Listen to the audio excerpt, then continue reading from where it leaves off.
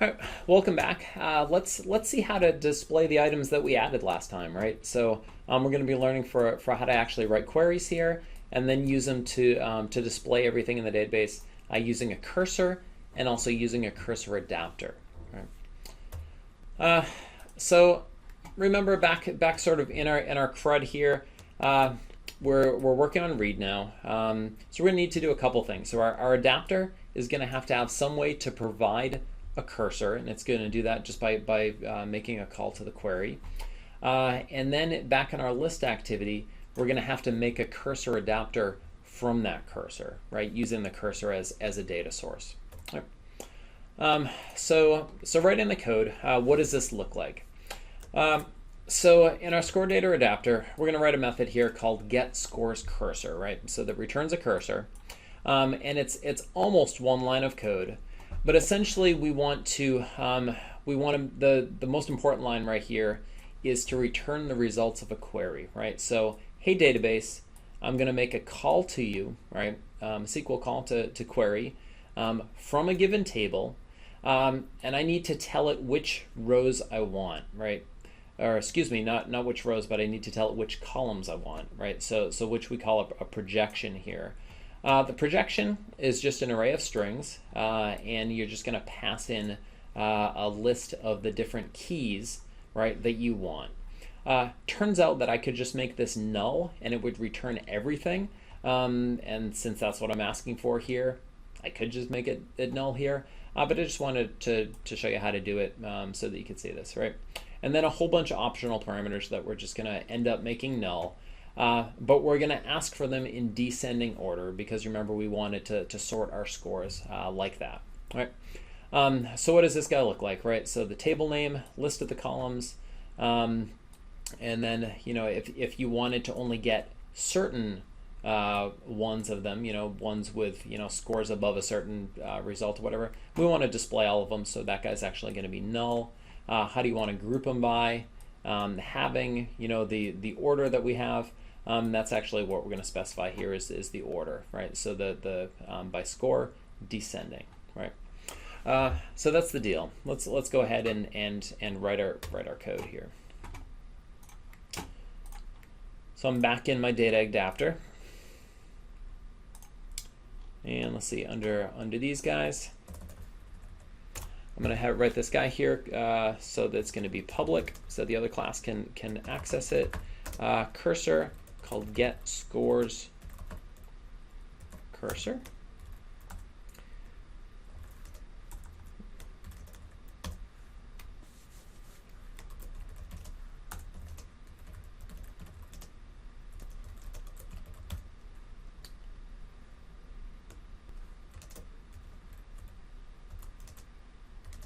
List all my keys here.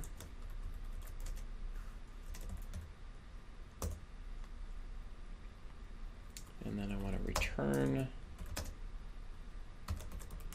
the results of the query. And again, you'll see that there's lots of different methods here. So this first one goes up through, has a lot of parameters up through order by. This next one also has a limit. If you had a huge database and you wanted to limit how many results you got. And then the third one here gives one that has a Boolean at the beginning saying whether you want them to be distinct or not. All right. We have no problems with that. So let's go ahead and grab actually our second one. First one will work. So up through order by. All right. So our table is table name. Our columns are our projection. Our selection is null. The arguments. Oops. I was happy with that. It was doing a nice job. Selections is null. Group by is null. Having is null. And then order by is going to be ordering them by the score. And then put in a space here and we'll say descending. And that's, I guess that is some kind of raw SQL there as well. Importing cursor to fix the error, and it looks great. So next work that we're going to do is going to happen back over in the list activity. All right, so making the cursor adapter, and I'd like to kind of step through this first, just because there's a few things going on. But I want to draw your attention to similarities with what we did with array adapters. Right. first thing that we need to do is we need to go ahead and call the method we just wrote, right? So this, go ahead and get the results of the query. And this is going to be our data source, right? So we know that any adapter needs a data source. All right, so we're going to get it directly from the database. When we make the adapter, it's going to be just construct a new simple cursor adapter with a context, and we give it a layout, right? And then we give it a data source, all right? And it looks fine, right? So this is one that we have defined, and here's our data source, our cursor. This is a little bit more complicated than array adapters, because it could be that you have a lot of data and you want it to go into a lot of different places, right? So they require a couple other parameters here. These the columns that you want to grab it from your cursor, and then the text views that you want to map them to. Right, so let's take a look at each of these here. So from columns is just this array here of our strings. So this is getting the keys, right? And then the ones that we want to map it to are just going to be resource IDs, right? So these IDs right here are going to be text views that are in our layout that was created. I guess we didn't look at that layout. It makes sense for us to do that just so you believe that they're there. But we'll do that. We'll set the list adapter, kind of update it. And that's really all there will be there. Right. So going back in here, we'll take a look at the resources layout. So layout that we were given here. So score list item. All right, we can see that this guy right here has a text view for the name and a text view for the score, right? And the way that this guy is laid out is that they are just going kind of on opposite sides, sort of a left and right justified, if you want to think about that. Really, what's happening is that this is a horizontal linear layout, and we're giving the weight to the first text view, so it's gonna basically use all of it, so that the other guy for the score is gonna get kind of pushed to the right, right? Sounds good. All right, so I'm going back into my list activity, and back up top, okay, into onCreate, all right, where I normally do things with adapters. So let's do the following, right? So we're going to make a cursor adapter, and that's going to be a new. Let's see. It's going to be calling the score data adapter. And I'm going to call get scores cursor. Of course, if you see the order in which I've done this, I hadn't initialized it yet, so I'm going to move these lines here for the database up top. Okay, so we do that, and this is actually just totally wrong, right? Let's fix it here. So this thing is the cursor adapter. This guy returns a cursor. Not the right thing to do at all, right? So I'm mixing up two different lines.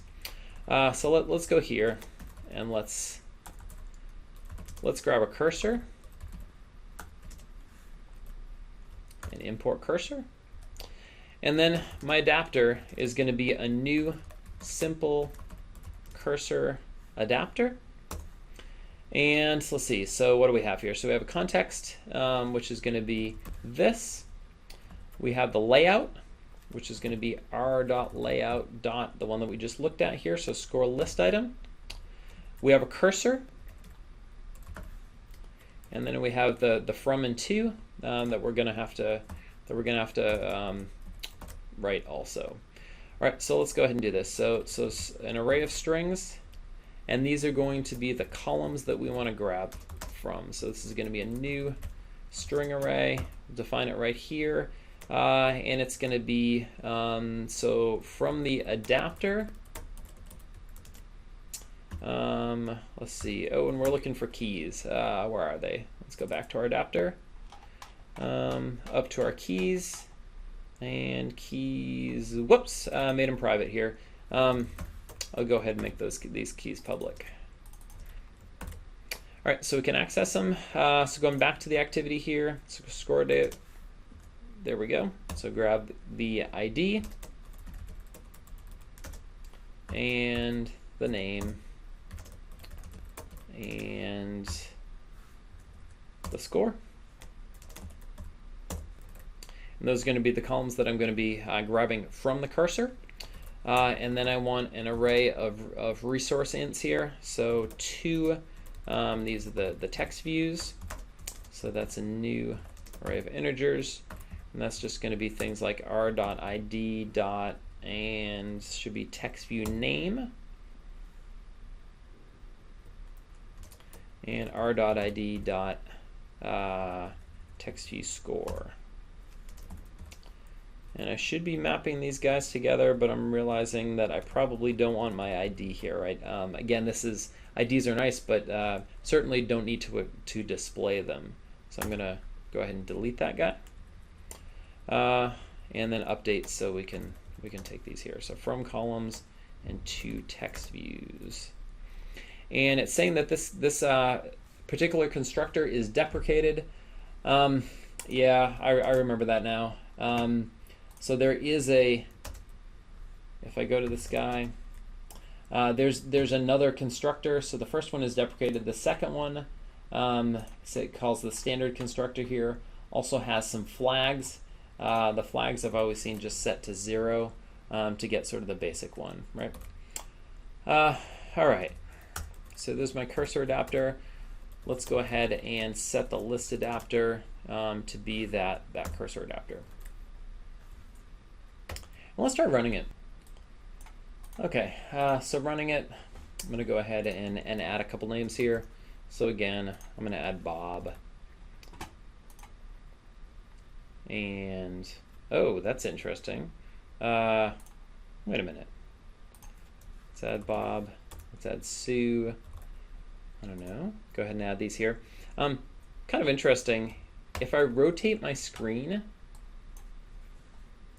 then it's going to recall on create, and of course on create is where the action is happening, right? I haven't put anything in my code that would say that when I add it to sort of refresh, right? So sort of the equivalent of notifying that that the data set has changed, and absolutely we get persistence, but only if we sort of relaunch the application, but by rotating it. So what do we need to do? Pretty simple fix. So let's go back into our add score method right here, and what we're going to do is we're going to get that cursor again, and then we already have an adapter, right? We're not going to recreate the adapter, but we are going to change to that new cursor, and that will give us our new results, right? So it's basically sort of requerying the database and giving us the values.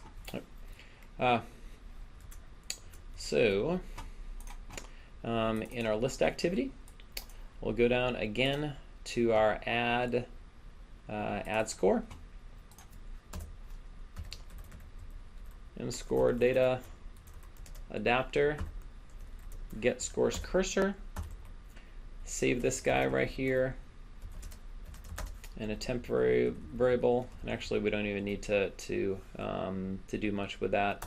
My cursor adapter dot change cursor, I could even just pass that guy, do it all in one line, something like that, and we'll run it. All right, so launching, we see that it comes up here. Let's go ahead and add someone else here, and we'll say here that Kyle got a score of 86. Go ahead and add it, and then we get an instant addition here, again because it's using that new cursor. All right, that's all we wanted to do for this lesson. All right, so we'll see you back next time.